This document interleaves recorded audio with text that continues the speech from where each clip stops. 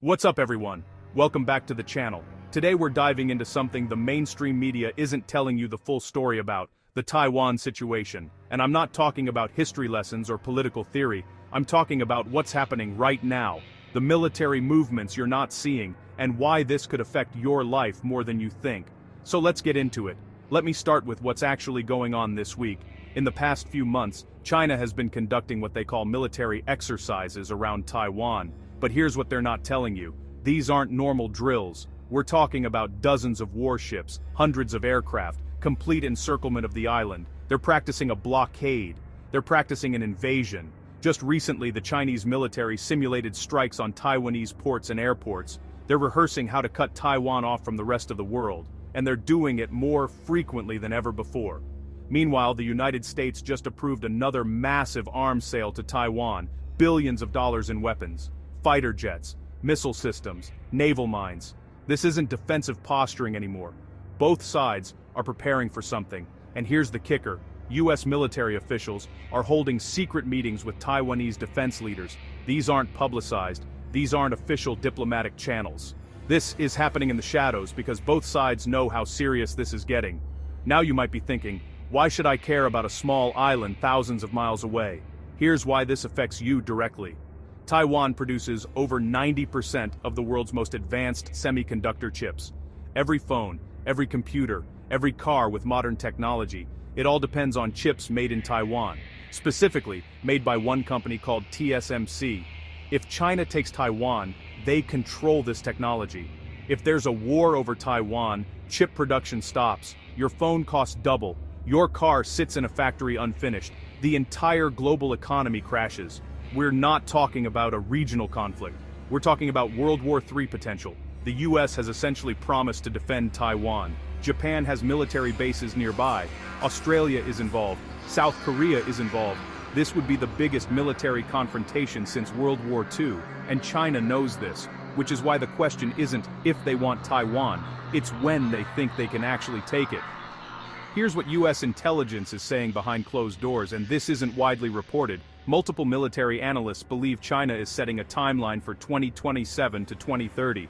Why these dates? Because that's when China's military modernization will be complete. That's when they believe they can overwhelm Taiwan's defenses and potentially deter US intervention. But here's the scary part. Some analysts think it could happen even sooner. Xi Jinping is 71 years old. He wants this to be his legacy.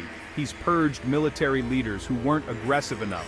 He's consolidated total power, and he's publicly stated that reunification cannot be passed down generation after generation. The recent military drills aren't just practice, they're sending a message. They're normalizing the presence of Chinese forces around Taiwan so that when the real operation begins, it won't seem like a sudden escalation. It's psychological preparation, and Taiwan knows this. They just extended mandatory military service, they're building bunkers, they're stockpiling supplies, they're preparing their population for what might come.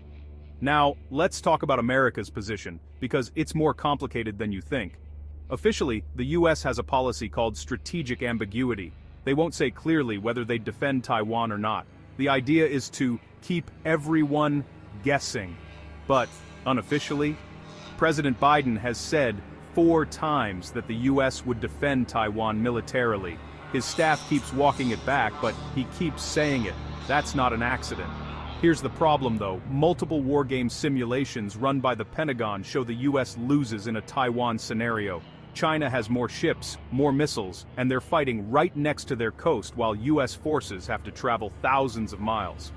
The only way the US could win is by attacking mainland China directly, destroying Chinese ports and air bases. And that means risking nuclear war with a nuclear superpower. So the question becomes, would America really risk Los Angeles for Taipei? Would the American public support a war with massive casualties over an island most people can't point to on a map? China is betting the answer is no. And they might be right. Let me share some things the mainstream media isn't covering. First, China has been building hundreds of amphibious assault ships. These aren't for defense. These are invasion vessels specifically designed to cross the Taiwan Strait. They're building them faster than any military buildup since World War II. Second, they've constructed massive port facilities and military bases directly across from Taiwan.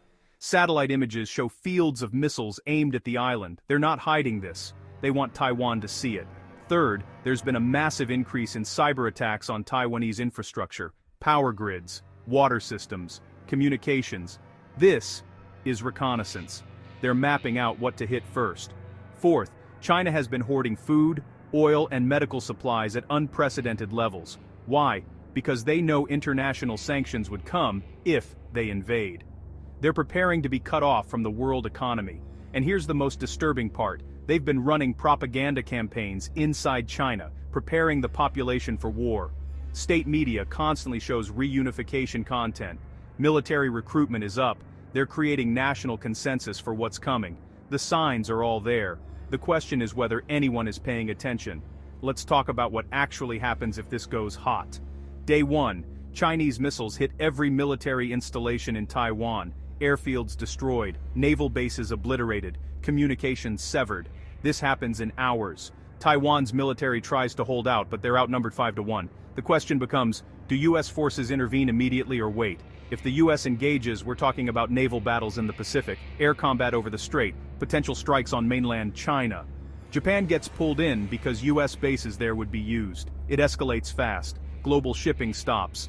The South China Sea becomes a war zone. 20% of global trade goes through there. Oil prices spike. Supply chains collapse overnight. Your stocks crash. Your 401k is cut in half.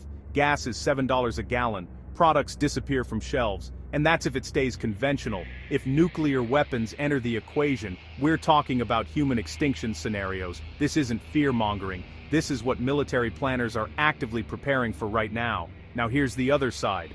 Reasons why this might not happen. China's economy is struggling. Real estate market collapsed. Youth unemployment is massive. Starting a war could destabilize the entire country internally. An invasion of Taiwan would be incredibly difficult. It's called the most challenging amphibious assault possible.